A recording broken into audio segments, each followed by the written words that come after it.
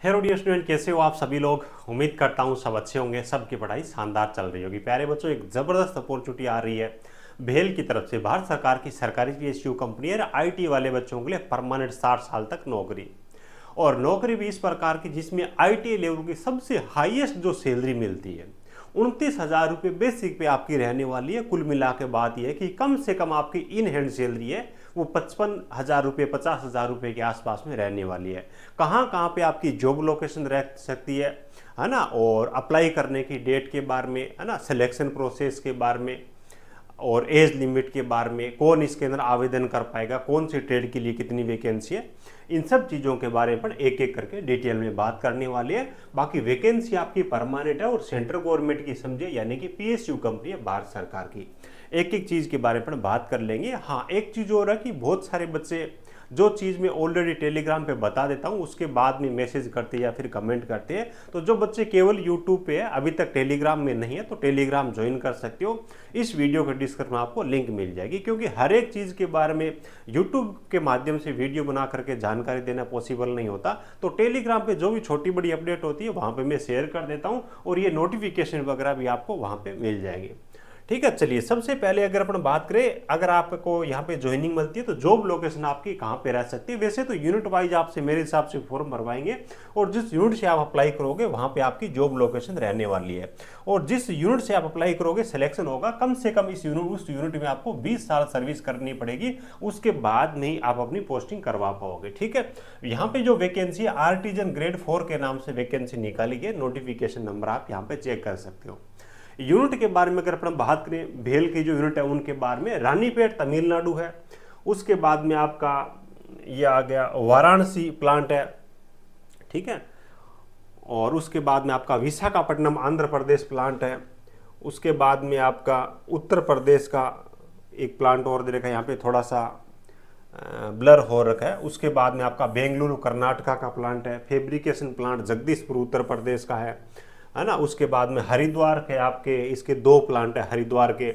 ठीक है, उसके बाद में हैदराबाद तेलंगाना का प्लांट है, मध्य प्रदेश भोपाल का प्लांट है, झांसी उत्तर प्रदेश का प्लांट है, और तिरुचिरापल्ली ये प्लांट है जिनके लिए वैकेंसी निकाले गए। ठीक है, अब ट्रेड वाइज वैकेंसी के बारे में अगर अपन बात करें तो वैकेंसी बहुत ज़बरदस्त है, कहीं कोई दिक्कत नहीं है ना। दिक्कत कहाँ पे है वो मैं आपको आगे बताऊंगा। फिटर के लिए टोटल मिलाकर के 176 वैकेंसी है, सबसे ज़्यादा वैकेंसी फिटर के लिए।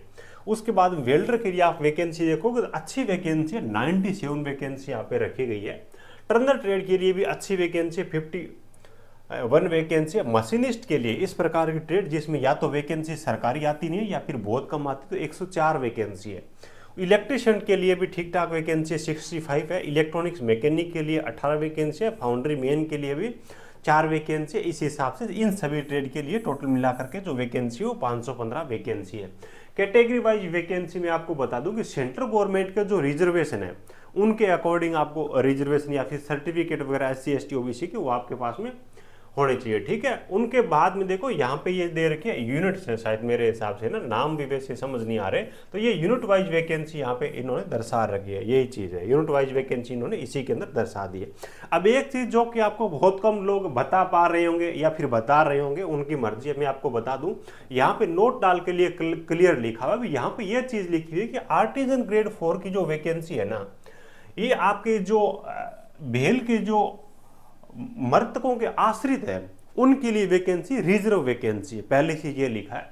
उसके बाद में इन्होंने आगे बता रखा है भी हम इसके लिए किससे फॉर्म लेंगे, इसके बारे में इनके ऑफिशियल वेबसाइट पर इनका जब फुल नोटिफिकेशन आएगा तब आपको जानकारी मिलेगी। तो यहाँ पे 2 केस बनते हैं। एक तो देखो जो भेल के मृतक है उनके आश्रित है, केवल उन्हीं से फॉर्म ले। ठीक है, लेकिन इस चीज़ की पॉसिबिलिटी बहुत कम है, क्योंकि ITI के बच्चे अप्रेंटिसशिप मांग रखी तो वो मिलेंगे ही नहीं। दूसरी चीज़ ये है कि उनको फॉर्म सबसे ले ले, उनको प्रायोरिटी दे, पहले उन लोगों से सीटें भरे और बच्चे भी सीटें वो अदर बच्चों से भरे। तो ज़्यादा चांस यही है कि सबसे फॉर्म लेकर के आश्रित है उनको प्रायोरिटी पे रखे। बाकी जब फुल नोटिफिकेशन आएगा उस टाइम में आपको इसके बारे में और जानकारी आपको दे दूंगा। आपका जो सिलेक्शन है वो किस हिसाब से होगा, for all the above vacancy the computer based test shall be held on the same day. ठीक है, यानी कि ये बोल रहे हैं कि, और उन्होंने मंथ भी बता दिया, टेंटेटिव मंथ है सितंबर में, सितंबर में आपका एग्जाम होगा, सभी यूनिट के लिए एक ही दिन एग्जाम होगा, तो एक बच्चा एक ही फॉर्म भर सकता है, ये इन्होंने मेंशन कर रखा है, ठीक है। और एक यूनिट में जब आपका सिलेक्शन हो जाएगा तो 20 साल आपको वहां पे नौकरी करनी पड़ेगी। अब देखो कैटेगरी वाइज जो वैकेंसी प्रत्येक यूनिट के लिए वो भी यहाँ पे बांट रखी है, तो आप इसको चेकआउट कर सकते हो। उसके बाद में एज लिमिट वगैरह इन्होंने बता रखी, तो SC/ST के लिए 5 साल की, OBC NCL के लिए 3 साल की, जो दिव्यांग है उनको 10 साल की, दिव्यांग OBC है तो 13 साल की, SC/ST दिव्यांग है तो 15 साल की। इस हिसाब से इन्होंने मेंशन कर रखा है। बाकी जो जम्मू कश्मीर वगैरह से है ना, जिनको हटाया गया था तो उनके लिए है, तो ये बहुत ज़्यादा मायने नहीं रखता। उसके बाद में देखो यहाँ पे एजुकेशन क्वालिफिकेशन, सबसे पहले आप 10th पास हो, उसके बाद में IT का आपके पास में सर्टिफिकेट हो, उसके बाद में आपके पास में NSC नेशनल ट्रेड सर्टिफिकेट है, वो भी होना जरूरी है। और मिनिमम मार्क्स दे रखे 60 मार्क्स है ना, वो तो हो जाएंगे, लेकिन ध्यान रखिएगा आपके पास में IT होना जरूरी है। उसके बाद में आपके पास में नेशनल अप्रेंटिसशिप सर्टिफिकेट है, ये 2 चीज होना जरूरी है। ये जिनके पास में 2 चीज है वो वेट करिएगा फुल नोटिफिकेशन का भी, किस किस से ये फॉर्म भरवाते हैं, ठीक है। बाकी मैं आपको टेलीग्राम पर भी इंफॉर्मेशन दे दूंगा। 1 जुलाई आपकी एज की कट ऑफ डेट रहने वाली है, जिसके अंदर जनरल AWS के लिए 27 वर्ष, OBC के 30 वर्ष, SC/ST के यहाँ पे 32 वर्ष इन्होंने एज लिमिट आपको दर्शा रखी है। आगे एक चीज और इन्होंने मेंशन कर रखी है, लैंग्वेज कंपलसरी है ना। देखो आंध्र प्रदेश है, तेलंगाना है, तमिलनाडु है, कर्नाटक है, इनके लिए यहाँ की जो रीजनल लैंग्वेज है या फिर लोकल लैंग्वेज आपको आनी चाहिए। अदर जितनी भी यूनिट है उन सब यूनिट में आपको हिंदी का नॉलेज होना चाहिए, तो कोई दिक्कत नहीं है। ये कुछ बेसिक चीज इन्होंने दे रखी है।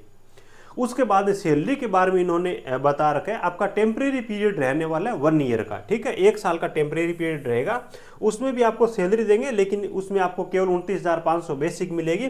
उसके बाद ये आपका पे स्केल हो जाएगा, सारे आपके वेतन भत्ते मिला करके कम से कम आपको 50 के सैलरी 1 साल के बाद में मिलना स्टार्ट हो जाएगी। ये चीज़ें सिलेक्शन प्रोसेस वगैरह, सिलेबस वगैरह के बारे में अलग से ये आपको फुल नोटिफिकेशन देंगे। फुल नोटिफिकेशन की डेट उन्होंने दे रखी है 16 जुलाई को आपका फुल नोटिफिकेशन है वो आने वाला है, तो इस डेट का आप इंतजार करिएगा। कौन फॉर्म भर पाएगा, क्या सिलेक्शन के अंदर सिलेबस क्या रहेगा, वो सब चीज़ें रहेगी। और ये नोटिफिकेशन हो चाहे फुल नोटिफिकेशन हो, आपको टेलीग्राम पे प्रोवाइड करवा दूंगा। बाकी जो बच्चे यूट्यूब पे नहीं अभी तक सब्सक्राइब नहीं किया, सब्सक्राइब जरूर कर लीजिएगा। सभी प्रकार की सरकारी तकनीकी भर्ती, चाहे किसी स्टेट गवर्नमेंट की हो चाहे सेंट्रल गवर्नमेंट की हो, आपको अच्छी तरीके से जानकारी यहाँ पे मिलती रहेगी। चलिए, thank you, best of luck.